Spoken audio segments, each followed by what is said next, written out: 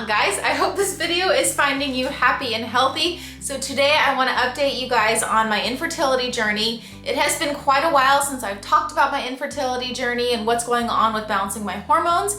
As you guys know, I've been on this hormone balancing infertility journey for a while now, and I've been trying to balance my hormones for 2 years. So for those of you who are brand new to my channel, welcome. I upload 1 to 2 videos a week all about living healthy. Also, you guys may have noticed that I'm filming this sit down chit chat video in a different location. So as some of you know, we have moved into our fourplex, and this is my new bedroom. So very excited to sit down with you guys and talk about my infertility journey, what's going on with that here in this nice new location. So I'm very passionate about this topic. This is the main reason why I started my YouTube channel, was to talk about fertility issues, and I just feel like this is a topic that's not talked about enough, and a lot of us females go through it. I feel like it's almost a little bit taboo still, and it's not talked about enough. So I'm an open book when it comes to my infertility journey. So in the comments down below, you can ask me anything you want when it comes to this kind of stuff. And of course, I'm very passionate about health and fitness, so I do talk about that obviously on my channel as well. All right, so for those of you who are brand new to my channel and may not know about my infertility journey, I'll give you guys like a quick recap on everything that has gone on up till now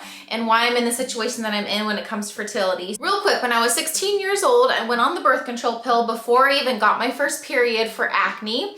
And I don't know why it really wasn't discussed when I was 16, like with my pediatrician, my puberty development. I mean, maybe they assumed, or my pediatrician assumed, that I had already gotten my period because I was already 16. I was almost 17 at the time, and I got prescribed the birth control pill.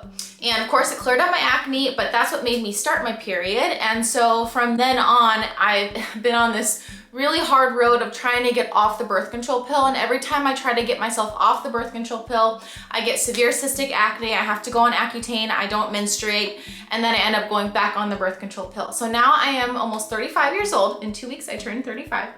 And I have finally successfully gone off the birth control pill with the help of my naturopath, with acupuncture, with tons of supplements that my naturopath has prescribed for me, finally menstruating on my own, and I couldn't be happier. But I am not ovulating. So if I am ovulating, it's very inconsistent and I don't know when I am. I do have periods, which is a miracle to me, and it's a huge accomplishment, but I'm not menstruating regularly yet, and I can't tell if I'm ovulating. So I am gonna be going in for IVF still in October. For those of you who haven't seen all of my infertility journey videos, I'll link them all down below if you're interested in all the details behind why my fertility is such an issue for me. I just gave you a really quick recap, but there is more that went into it. I'll link all those videos down below and you can check those out. Well, hello, you're gonna come join us again? I turned the camera on and she's here, but then she doesn't stay because she gets bored easily. Currently, what I'm still doing to help balance my hormones and help my fertility is I'm still doing seed cycling,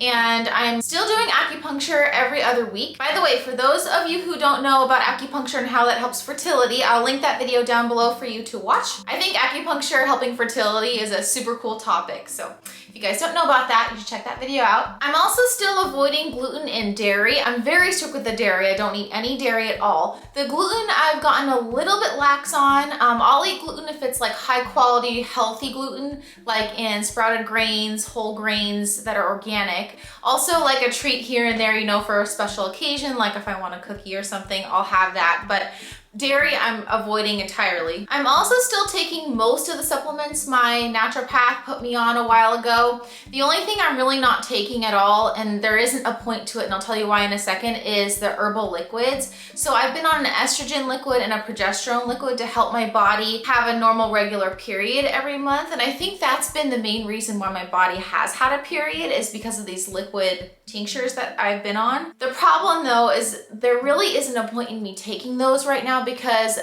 the fertility clinic I'm going to for IVF put me on the birth control pill. I was like, you've got to be kidding me. So the reason why I'm now on the birth control pill, I've been on it a month. So I had my first appointment with them last month, and they told me that because I don't menstruate regularly still. They have to put me back on the birth control pill because they're trying to time my period every single month for all of the lab workup I'm supposed to do before IVF and the ultrasounds. I'll get to all that in a second, but I was very disappointed to go back on the pill. I remember taking my first pill last month and I was like, I don't believe this. I had so many mixed feelings. I was excited to start the IVF process finally, but then I was like, it was bringing back all these bad memories of me like taking the birth control pill and like trying to get off of it. And it was just like, oh my gosh. And in my mind, I was thinking all of this hard work the past 2 years working with my naturopath, gluten-free, dairy-free supplements, like all this strict diet stuff, you know, working on my stress, as you know, and a bunch of you guys know my journey. And then to just go back on the birth control pill again, I was like, oh my gosh. The other thing, speaking of birth control, is Accutane. Okay, so you guys know I've been on Accutane. I finally stopped Accutane last month. So as I just mentioned, for those of you who are not familiar, every time I go off the birth control pill, I have to go on Accutane. So this time was no different. And this time I had to go on Accutane for 8 months. So this is my 3rd round of Accutane. My first round was when I was 20, trying to get off the birth control pill. Then I had to go on it again at 29 when I went off the birth control pill. I went on Accutane. And then this is the 3rd time I've been on Accutane, and it really helped clear my skin. I did have some side effects from Accutane in terms of like, had a lot of joint pain, bone pain, but getting all over that now because Accutane has been stopped as of last month. Apparently, I only need 1 month off Accutane before getting pregnant, so that'll let the Accutane leave my system and it'll be safe for me to get pregnant. So IVF in October is totally safe. I did get that copper IUD inserted for Accutane. I didn't want to be on the birth control pill for Accutane. You have to have at least 2 forms of birth control to be on Accutane, and my 2 forms were the copper IUD, which doesn't have any hormones in it because I was trying to balance my hormones, and then the latex male condom. Anyways, all that aside, Accutane is done, thank God. But now this copper IUD has to come out, and I'm getting it out this week. Okay, you guys, so IVF. I am starting the process of getting worked up for IVF. And that's why I had to go on the birth control pill, as I mentioned. The fertility clinic I'm going to is trying to consistently time my menstrual periods around the lab draws and ultrasounds. A lot of the lab draws that I need to prepare for IVF and a couple of the ultrasounds, the uterine ultrasounds, have to be timed around my menstrual cycle. And especially the ultrasounds apparently have to be scheduled like the first day of bleeding on the menstrual cycle. So if my menstrual periods were not regular, then they would have a hard time figuring out when to schedule my labs and my ultrasounds and stuff like that. But they can't do any of these labs or ultrasounds until my copper IUD is out. And that's why I mentioned that it is coming out this week. And so I am on another pack of birth control pills that I have to start today because I'm ending my period. But they can't do any of the labs or the ultrasounds right now because my IUD is still in. In about a month, I'm gonna be on my next menstrual period, and I'll go in for my first couple ultrasounds and lab draws. And by that time, it'll be end of July, beginning of August, and still plenty of time to start the whole IVF process in October. Last night, Josh and I started all of the education online modules we're supposed to complete together. There's a ton of them. It's a lot of information all about the process of IVF, all the medications involved, all the injections, what the process is like, what to expect. And then after you watch most of the modules, you can sign all the consent forms for IVF.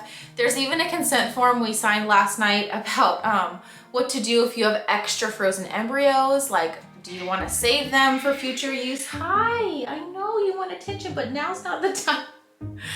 Just don't mind Bella. Or if you're not going to use them, are you going to throw them away? Are you going to donate them to science? Because as you can imagine, there are a lot of ethical issues around embryos and what you're gonna do with your extra ones if you have extra ones, because, you know, obviously that's a potential human. And I really haven't thought about it before having to sign these consent forms. Anyways, I didn't expect to make those decisions already. What Josh and I make in terms of those decisions, I'm gonna keep private, but it's just very eye-opening. So many consents we had to sign, and took a while to go through all the education. We still have a few that we need to do, but those ones are pretty short. So we did the main ones. I don't think Josh really realized everything that goes into IVF. It is quite complicated, it is quite invasive.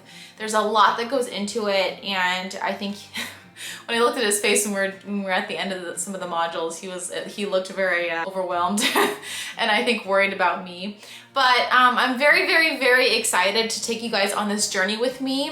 For those of you who know about IVF, who are familiar with IVF, who have done IVF before, let me know in the comments below. You know all about this and you know that it's a big deal. But this is why I really want to share it with you guys. I know a few people now, since sharing my journey, I know several people that have done IVF. Most of them have had okay experiences. A couple of them have traumatic experiences. And I just want to bring all you guys along with me, and hopefully I can help any of you out who are watching this video, who are thinking about IVF, who are going through it, who went through it. We go through a lot as females. We go through a lot in fertility stuff. And even if you have babies, even if you don't have any problems in the fertility department, like us females go through a lot when it comes to babies. And even like my sister who just had her baby a few months ago, had a traumatic labor, and I feel like she doesn't have the opportunity to talk about it and to really share her journey and to heal from that by, talking to other females about it.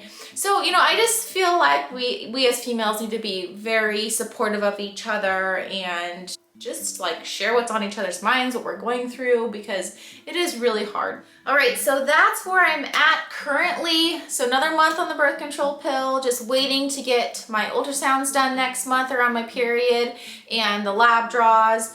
And then just waiting for IVF to start in October. As the date gets closer, I'll let you guys know like more details as to what happens. But I'm definitely taking you guys on everything that I'm gonna go through with all of this. Thank you so much for watching. Thank you for subscribing. Thank you for all of your guys' support. Ultimately, I hope that this helps even just one of you guys out with your infertility journey or fertility issues that you're going through. Just know that you're not alone, or really any health issues that any one of you are going through that's watching this. We all go through our own health issues. We all have our crosses to bear. Mine is fertility, also skin issues, but that's a whole other topic. We each have our health issues, whether you know it about somebody or not. And just really be encouraged. You can do it. We're warriors. Keep up the good fight. It is worth it. I'm nervous and excited, but I know it'll be worth it whether I have a baby or not. Life is a journey and I want to take you guys with me. Make sure you hit the like button if you liked this video because it really helps support my channel, and always remember to be kind to yourself.